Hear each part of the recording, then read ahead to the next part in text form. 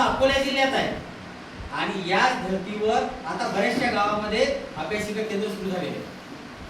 अभ्यासिका केंद्राच्या मार्फत आज आपण पाहतोय की ही छोटीशी वास्तू दिसते, परंतु या वास्तूमधून घडलेले बरेचसे विद्यार्थी आज मोठमोठ्या पदावर.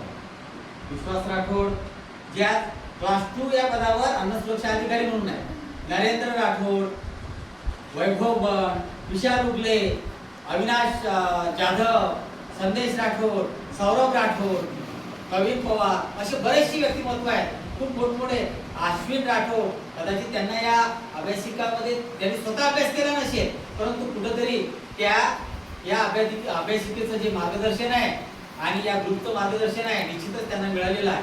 तर 10वी 12वी झाल्यानंतर मुलांना प्रश्न जो पडतो की आपल्याला पुढे काय करायचं. 10वी झाल्यानंतर आपण विविध प्रकारच्या शाखा आहेत. 10वी झाल्यानंतर मुलांना 11वी 12वी ह्या फॅकल्टीमध्ये आपल्याला ऍडमिशन घेता येते किंवा शॉर्ट टर्म कोर्सेस जे आहेत जसं की ITI आहे, त्याच्यानंतर व्हेटरनरीचे कोर्स आहेत, पॉलिटेक्निकल आहे, या कोर्समध्ये सुद्धा मुलांना जाता येते की जिथं आपल्याला जास्त काळ शिक्षणासाठी न घालवता कमी वेळात आपल्याला आपलं शिक्षण पूर्ण करून निश्चित एखादा जॉब मिळू शकतो. 10वी झाल्यानंतर मुलांना पॉली करता येते, त्याच्यानंतर ITI ला जाता येते, त्याच्यानंतर जे बाकीचे 10वीवर असे बरेचसे जे कोर्स आहेत की जे शॉर्ट टर्म आहे.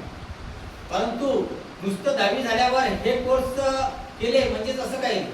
11वी 12वी जर आपल्याला पुढे शिक्षण घ्यायचं असेल तर मग त्यामध्ये विविध प्रकारच्या शाखा आहेत की ज्यामध्ये आर्ट, कॉमर्स आणि सायन्स. आर्ट मधून आपण काय करू शकतो.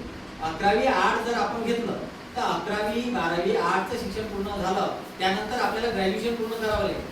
ग्रॅज्युएशन पूर्ण केल्यानंतर आपल्यासाठी जेवढं काही महाराष्ट्र लोकसेवा आयोग आहे, तलाठी आहे, क्लर्क आहे, या सर्व ज्या एक्झाम आहेत त्या सर्व विभाग हा आपल्या आर्ट विभागासाठी ओपन झालेला आहे. त्याच्यानंतर सायन्स या विभागात जर 11वी 12वी साठी आपण ऍडमिशन जर का केली तर थोडा शिक्षणाचा जो वेळ आहे किंवा कालावधी आहे हा थोडा लांब होईल. 5-6 वर्षाचा कालावधी निश्चितच 11वी 12वी नंतर हे जे लॉंग टर्म जे कोर्सेस आहेत हे जर आपण केले तर यासाठी आपल्याला कालावधी द्यावा लागणार आहे. आणि त्यानंतर सायन्स मधून मुलांना MBBS म्हणजे डॉक्टर, इंजिनियर या जे उच्च दर्जाचे शिक्षण आहे या शिक्षणासाठी देखील आपल्याला जाता येईल. आणि कॉम्प्युटर क्षेत्रात देखील आपल्याला BSc नर्सिंग आहे, BSc ॲग्री आहे, BTech आहे, हे बरेचसे कोर्स जे आहेत ते 12वी सायन्स नंतर आपण करू शकतो. आता काही मुलं असे पण आहेत की ज्यांना आर्ट आणि कॉमर्सच नाही, तर काही मुलांना कॉमर्स आपल्या सायन्सच नाही तर कॉमर्समध्ये देखील आवड असते. आपल्या गावातलाच एक मुलगा आहे, माझे मित्र आहेत शंकर यादव, त्यांनी त्यांचं मनोगत व्यक्त केलं होतं की माझ्या मुलाची इच्छा आहे बा की त्यांनी कॉमर्स करायचं. आता आमचे मोठे भाऊ जे आहेत त्यांनी देखील त्यांचं शिक्षण कॉमर्समध्येच 11वी 12वी केले. तर कॉमर्स हे देखील एक 11वी 12वी नंतर 11वी 12वी याच्यामध्ये आपण एक फॅकल्टी घेऊ शकतो की ज्यामध्ये कॉमर्स म्हणजे वाणिज्य शाखेतून आपण 12वीचं शिक्षण आणि त्यानंतर मात्र आपल्याला BCom वगैरे M.Com हे जे आहे हे आपल्याला त्या क्षेत्रामध्ये करावं लागतं. आता त्यामध्ये पण मिळणारे जे जॉब आहे ते खूप उच्च दर्जाचे आहे. म्हणजे CA आहे, चार्टर्ड अकाउंटंट ज्याला आपण म्हणतो, बँकिंग क्षेत्रातले सगळ्या प्रकारचे जे जॉब्स आहेत ते कॉमर्स क्षेत्रामधून मिळतात. आणि कॉमर्स क्षेत्र हे देखील सायन्स क्षेत्रा इतकंच अवघड आणि कठीण. कॉमर्समध्ये जे स्टॅटिस्टिक्सचे जे सोल्युशन असतात, जे गणित असतात, ज्यांचं कॉमर्स असेल ना त्यांना ते माहिती आहे. तर कॉमर्समध्ये जर मन लावून अभ्यास केला तर ते मुलं देखील निश्चितच नोकरीवर लागल्याशिवाय राहत नाही. असे विविध प्रकारचे आर्ट, कॉमर्स आणि विज्ञान म्हणजे सायन्स या तिन्ही फॅकल्टीमधून मुलं आपलं शिक्षण पूर्ण करू शकतात. आता आपल्या सर्वांच्या डोक्यात प्रश्न पडला असेल की सर आपल्याला सांगत आहेत की यामधल्या बऱ्याचशा गोष्टी तुम्हाला माहित आहे. ह्या साधारणतः जवळपास कॉमन गोष्टी आहेत की ह्या तुम्हाला बेसिक एक उदाहरण म्हणून मी सांगितलं की साधारणतः 10वी नंतर आपण 11वी 12वी विविध क्षेत्रात आर्ट, कॉमर्स, सायन्स या तीन फॅकल्टीमध्ये जाऊन आपल्याला करता येईल. आता या व्यतिरिक्तही असे बरेचसे क्षेत्र आहेत की ते 10वी नंतर 10वी आहे, 12वी आहे, त्यानंतर 10वी 12वी मध्ये त्या मुलं जे आहेत 10वी नंतर डायरेक्ट जे आहेत नोकरीच्या त्यांना जर नोकरी लवकर लागत म्हणजे हवी असेल तर पोलीस प्रशासन हा जो विभाग आहे किंवा NDA आहे, NDA मधल्या काही नोकऱ्या ह्या 10वीच्या बेसवर आहेत की 10वी मध्ये त्याची एक्झाम असते. आपल्या गावातीलच नागरिक म्हणजे आमचे सहकारी बंधू गौरव सर यांच्या मुलींनी 10वी नंतर एनडीची एक्झाम दिली आणि ती परीक्षेत पास देखील झाली होती, परंतु इंटरव्ह्यू मध्ये काही म्हणजे काहीतरी त्यामुळे तिचा नंबर लागू शकला नाही. परंतु एनडीए मध्ये देखील चांगला स्कोप आहे.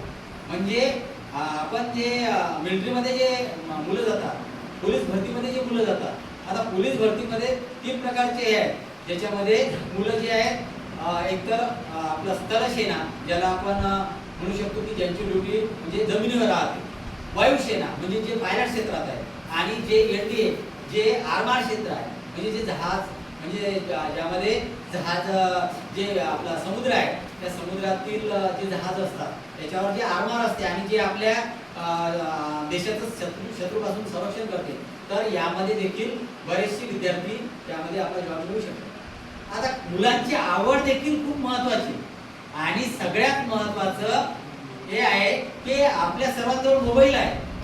मोबाईलमध्ये बऱ्याचशा प्रकारचे ॲप आहेत, मोबाईलमध्ये बऱ्याचशा प्रकारचे गेम्स आहेत, ज्याचा उपयोग करून आपण विविध प्रकारचे खेळ खेळतो किंवा यूट्यूबवर, फेसबुक, इंस्टाग्राम असे विविध प्रकारचे व्हिडिओ पाहतो. परंतु मोबाईल हे आज काळाची गरज झालेली आहे. तर आधुनिक तंत्रज्ञान जेवढं काही बऱ्याचशा गोष्टी आहेत त्या मोबाईल मध्ये आपल्याला मिळतात. मोबाईलमध्ये काय आहे? ChatGPT मोबाईलमध्ये, गुगल जेमिनी मोबाईलमध्ये, AI मोबाईलमध्ये. आता AI काय?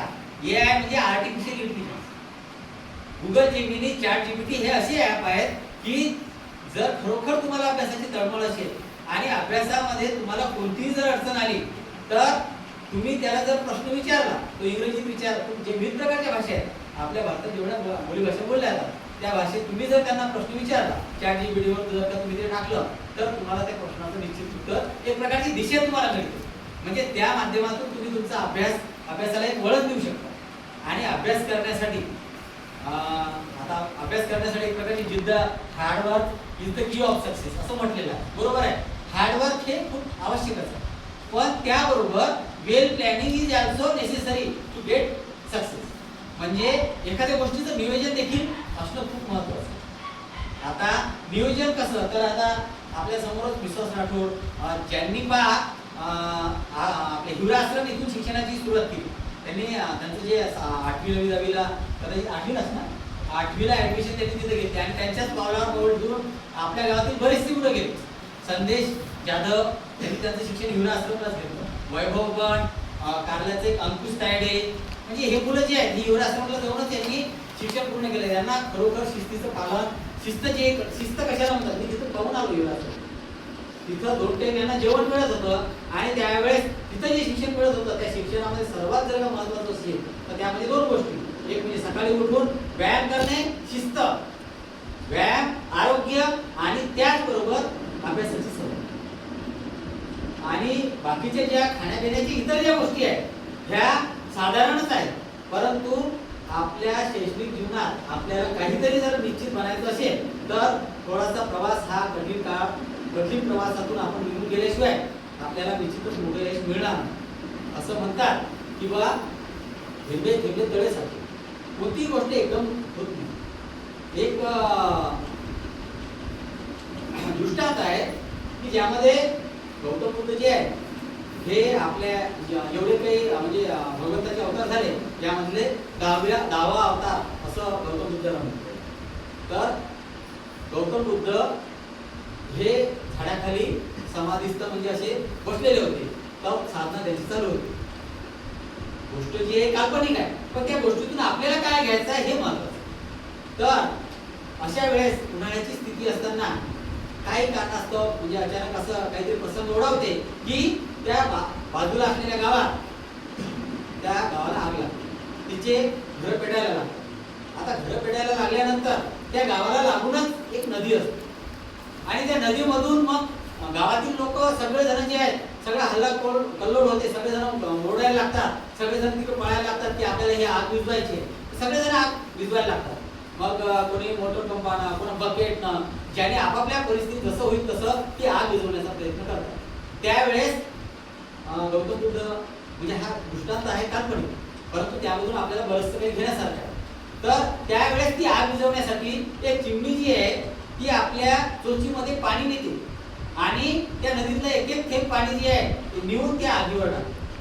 आणि हे सर्व गौतम बुद्ध पाहत असतात. मग ते त्याची जी साधना आहे ते एवढा गर्दीचा जो आवाज जो आहे, त्या आग लागलेली आहे, त्या गावात एवढं मोठं भयानक वातावरण तयार झालेलं आहे, सगळीकडे गदारोळ झालेला आहे. तर गौतम बुद्ध आपली साधनेतून ते जागी होतात.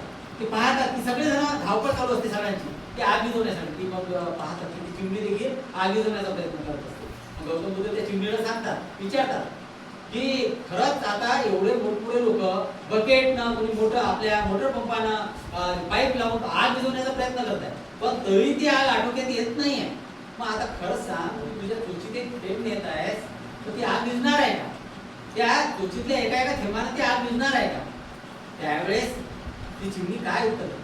ती चिमणी उत्तर देते की जरी का ती आग माझ्या या चोचीतल्या एका थेंबाने विझणार नसली तरी जेव्हा कधीही इतिहास लिहिला जाईल की संबंधित या गावात आग लागली होती आणि गौतम बुद्ध इथे बसलेले होते, गावातील सर्व लोक ती आग विझवण्याचा प्रयत्न करत होते आणि एक छोटीशी चिमणी देखील आपल्या चोचीत पाण्याचा थेंब घेऊन ती आग विझवण्याचा प्रयत्न करत होते, त्या इतिहासात त्या चिमणीचं नाव सुवर्ण अक्षरात लिहिलं. तिने केलेला प्रयत्न छोटा प्रयत्न जरी असेल तरी ती आग विझवण्याचा प्रयत्न, प्रामाणिक प्रयत्न करत होती. आणि असं अशी बरीचशी उदाहरणं आहेत.